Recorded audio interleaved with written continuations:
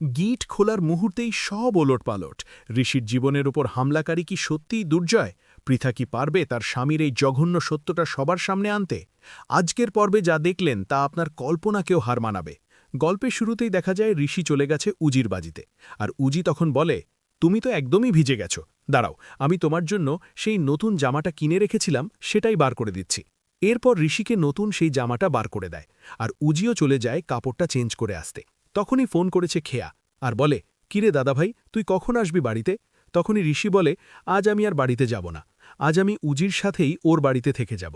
খেয়া তখন বলে, ঠিক আছে, আমি তাহলে মাকে সত্যিটা বলে দিই। মা আসলে তোকে নিয়ে খুব চিন্তা করছিল। এই বলেই ফোনটা কেটে দেয়। তখনই উজি পাঞ্জাবিটা নিয়ে এসেছে ঋষির জন্য। আর ঋষি তখন জামাটা পরেও নেয়। এর মাঝখানেই তখনই ঋষি ভাবে, সত্যি, আমি আর উজি যতক্ষণ একসাথে থাকি ততক্ষণ কত হ্যাপিতেই না থাকি। এর মধ্যেই নিশা লেডি কনস্টেবলের সাথে কথা বলতে থাকে আর বলে, নিশা কখনো কারুর কিছু বাকি রাখে না। আমি এখান থেকে বেরোলে আপনি আপনার প্রাপ্যটুকু পেয়ে যাবেন, কিন্তু আমার উপরে যে তিনজন হামলা করেছিল তাদেরকে আমার সামনে নিয়ে আসুন, ব্যাস, আপনার প্রাপ্যটা আপনার কাছে পৌঁছে যাবে। তখনই সেই লেডি কনস্টেবল বলে, ঠিক আছে ম্যাডাম, আপনি যেমনটা বলবেন তেমনটাই হবে। এদিকে ঋষি ড্রেস চেঞ্জ করে নিয়েছে। তখনই বারবার করে উজিকে বলে, আচ্ছা উজি, আমরা দুজন যখন একসাথে থাকি তখন কতটা ভালো থাকি বলো তো? উজি তখন বলে, ভালো থাকাটাই তো দরকার ঋষিবাবু, আপনি যাই বলুন না কেন। এর মধ্যেই আবারও ফোন করেছে খেয়া আর বলে, দাদাভাই, কি করব বল, মাকে সামলানো যাচ্ছে না। যবে থেকে শুনেছে যে তুই আবারও ওই বাড়িতে উঠেছিস তখন থেকেই শুরু করে দিয়েছে ঝামেলা। প্লিজ তুই ফিরে আয়, অন্তত মাকে একটু সামলা। এরপরেই ঋষি বলে, তুই একটু সামলে নে, আমি এখন যেতে পারবো না, আমি পারবই না যেতে, বলেই ফোনটা কেটে দেয়। কিন্তু উজি তখন বলে, প্লিজ তুমি যাও, মার এখন বয়স হচ্ছে, মাকে এইভাবে টেনশন দেওয়াটা একদমই ঠিক হবে না, তুমি যাও, দেখো মা কি বলছে। কিন্তু ঋষি তখন বলে, আমার যেতে একদমই ইচ্ছা করছে না। আর কেনই বা যাব বলো তো, ভালো লাগছে না, আমি তো তোমার সাথে থাকতেই পারি, আমি তো তোমার হাজব্যান্ড, আর তুমি তো আমার স্ত্রী। উজি বলে, সবটাই বুঝতে পেরেছি, কিন্তু এখন তোমার মার কাছে যাওয়াটা খুবই গুরুত্বপূর্ণ। ঋষি চলে যায়। অন্যদিকে দেখা যায় যে নিশা আর ভানু কথা বলতে থাকে ফোনে। নিশা তখন বলে, কি বলতে চাইছিস সেটা বল। ভানু বলে, শোন, উজি আমাকে ক্লিয়ারলি জানিয়ে দিয়েছে আর কোনো অপরাধ করতে না, কারণ ও নাকি পুলিশে জয়েন করবে। আর একবার যদি ও পুলিশে জয়েন করে তাহলে কিন্তু বুঝতেই পারছিস সবকিছু কেমনভাবে ধ্বংস হতে থাকবে। তুই এসব লাইন ছেড়ে দে নিশা। নিশা বলে, উজির ভয়ে এখন আমি চুপ করে বসে থাকব? কত বড় বড় পুলিশ অফিসার এসেছে, কিচ্ছু করতে পারেনি, আর আমি কিনা আমার বোনের জন্য ভয় পাব? সেটা কখনো হবে না। বুঝতে পেরেছিস, তুই এসব নিয়ে ভাবিস না, বরং তোকে আমি যেটা বলছি তুই সেটা নিয়ে ভাব। কিন্তু কোনোভাবেই ভানুর কথা পাত্তা দেয় না নিশা। এর মধ্যে দেখা যায় দুর্জয় বাড়িতে চলে এসেছে আর ফোনে কথা বলতে থাকে। তখনই চলে আসে পৃথা আর বলে, আমি জানতাম তুমি এই সবের পিছনে রয়েছ। নিশাকে মারার জন্য তাহলে তুমি লোক পাঠিয়েছিলে, কেন করছো এমনটা? দুর্জয় তখন বলে, এই শোনো, আমিও বুঝতে পেরে গেছি উজিকে ফোনটা কে করেছিল। তুমি করেছিলে, তাই না? তুমি করেছিলে উজিকে ফোনটা, নিশাকে বাঁচানোর কথা তুমি বলেছিলে। তখনই পৃথা বলে, আমি কাউকে ফোন করিনি, তাছাড়া উজি যখন তোমার স্বরূপটা সবার সামনে নিয়ে আসলো তখন থেকে ওর প্রতি আমার রাগ হয়েছিল, আর আমি ওর সাথে কথাও বলতাম না। তাই তুমি আগে থেকে না জেনে এই সমস্ত কথা বলবে না, কথাটা ভালো করে কান খুলে শুনে নাও। কিন্তু দুর্জয় বলে, আমার যা ইচ্ছে তাই করব, তুমি বারণ করার কে? এরপরে পৃথা বলে, বুঝতে পেরেছি, তুমি এতটুকুও বদলাওনি। আমি এসব কিছু সহ্য করি কেন জানো? শুধু আমার মেয়ের দিকে তাকিয়ে। কিন্তু এখন বুঝতে পারছি তোমার মতন লোকেরা কখনো নিজেদেরকে বদলাতে পারে না। তুমিও কখনো নিজেকে বদলাতে পারবে না, বারবার সেই কুকীর্তিগুলোই করবে যেগুলো আমার পছন্দ নয়। দুর্জয় বলে, বেশি বাড়াবাড়ি করলে কিন্তু তোমাকেও শেষ করতে আমার সময় লাগবে না। পৃথা দুর্জয়ের এই রূপ দেখে জাস্ট ভয় পেয়ে যায়, বুঝতে পারে না কি করবে। অন্যদিকে দেখা যায় যে নিশা মনে মনে ভাবতে থাকে, লেডি কনস্টেবল কখন ওই তিনজনকে নিয়ে আসবে। বলতে বলতে একজনের ছায়া দেখতে পায়। নিশা তখন বলে, যাক, এনেছেন তাহলে, গেটটা তাড়াতাড়ি খুলুন, আমি যদি বাইরে না যাই তাহলে কি করে হবে? তখনই জিত বসুকে দেখে একটু ঘাবড়ে যায় নিশা। জিত বসু বলে, আমাকে দেখে মনে হচ্ছে একটু ঘাবড়ে গেলেন। আপনার উপরে যারা হামলা করেছিল আমরা তাদেরকে ধরে জানতে পেরে গেছি দুর্জয় ঘোষাল এই কাজটা করার জন্য লোক পাঠিয়েছিল, আর এটাও জানতে পেরে গেছি যে ঋষির ওপর ওই আঘাতটা কে করেছিল। হোটেলের ম্যানেজার সবটা স্বীকার করেছে, যদিও সেখানে দুর্জয়ের থাকার কথা ছিল, ভুলবশত চলে এসেছিল ঋষি। আপনি দুর্জয় ঘোষালকে টার্গেট করেছিলেন। এসব কবে বন্ধ করবেন নিশা? কেন বুঝতে পারছেন না যে আপনার বোন সবার ভালোবাসা পেয়ে নিজেকে দাঁড় করানোর চেষ্টা করছে? আপনি এই ক্রিমিনাল জগৎ থেকে সরে আসুন, তাহলে আপনি নতুন একটা ভবিষ্যৎ পাবেন। আপনাকে আর কত রকমভাবে বোঝাবো?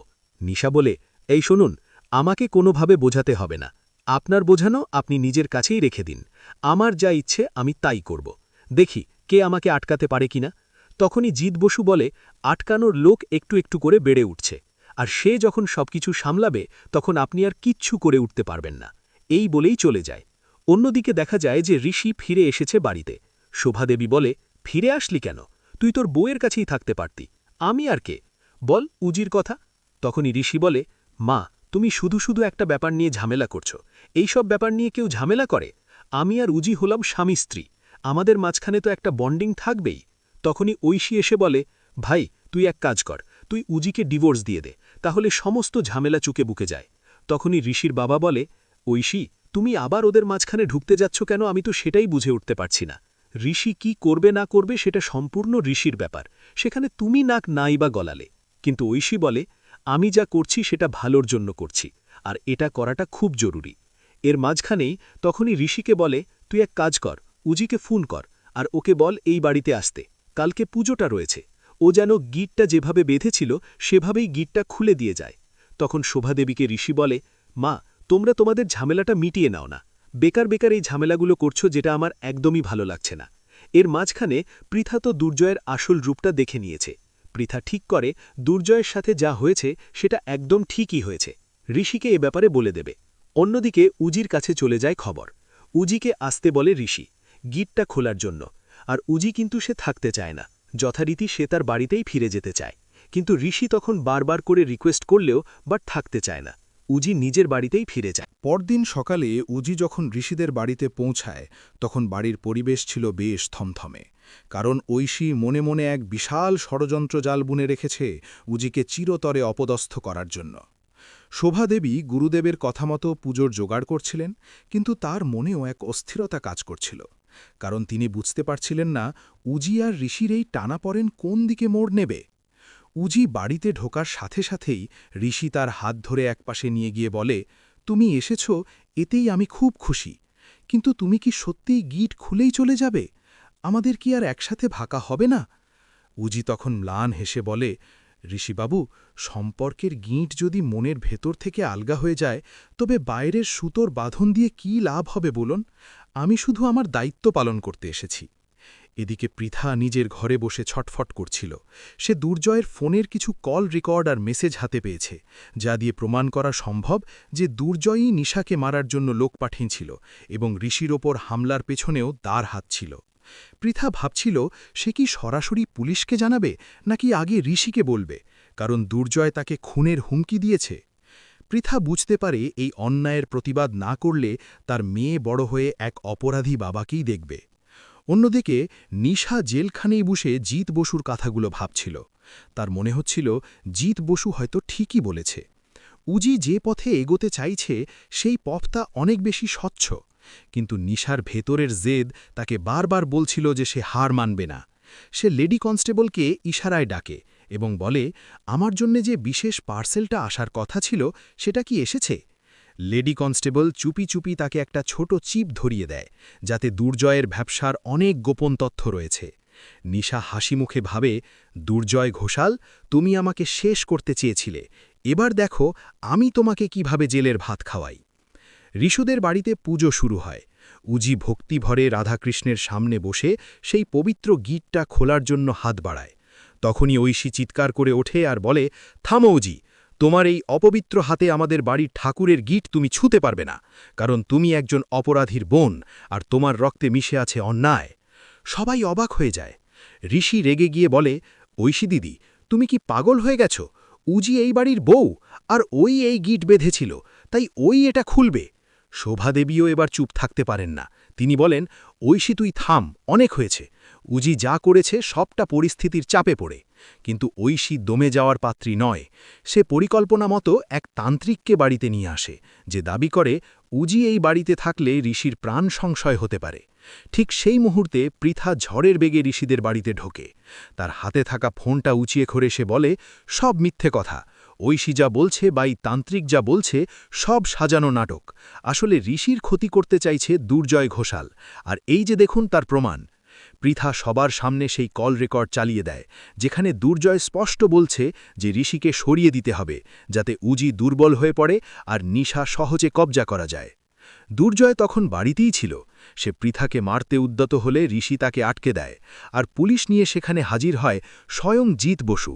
জিৎ বসু বলে, দুর্জয় ঘোষাল, আপনার সময় শেষ। হোটেলের ম্যানেজার আর আপনার পাঠানো গুন্ডারা সব স্বীকার করেছে, আর নিশা দেবীও জেল থেকে আপনার বিরুদ্ধে বয়ান দিয়েছেন। পৃথা উজির হাত ধরে বলে, আমাকে ক্ষমা করে দিস বোন, আমি তোর সাথে অনেক খারাপ ব্যবহার করেছি, কিন্তু আজ থেকে আমি আর ওই পশুর সাথে থাকব না। উজি আবেগপ্রবণ হয়ে পৃথাকে জড়িয়ে ধরে। শোভাদেবীও নিজের ভুল বুঝতে পারেন। তিনি উজিকে বলেন, মা, আমায় ক্ষমা কর, আমি শুধু আমার ছেলের ভালো চেয়েছিলাম, কিন্তু বুঝতে পারিনি ভালো মানুষ চিনতে আমি কতটা ভুল করেছি। ঋষি উজির দিকে তাকিয়ে বলে, এবার তো গিট খোলার দরকার নেই, বরং নতুন করে বাঁধার সময় এসেছে।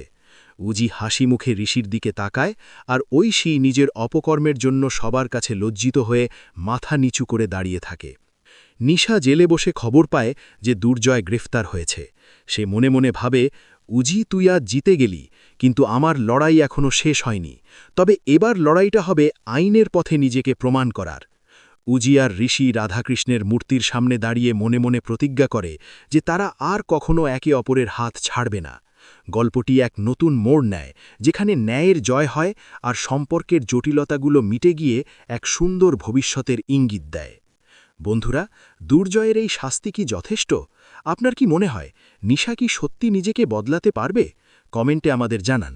গল্পের পরবর্তী টুইস্ট সবার আগে জানতে চ্যানেলটি সাবস্ক্রাইব করে বেল আইকনটি অন করে রাখুন।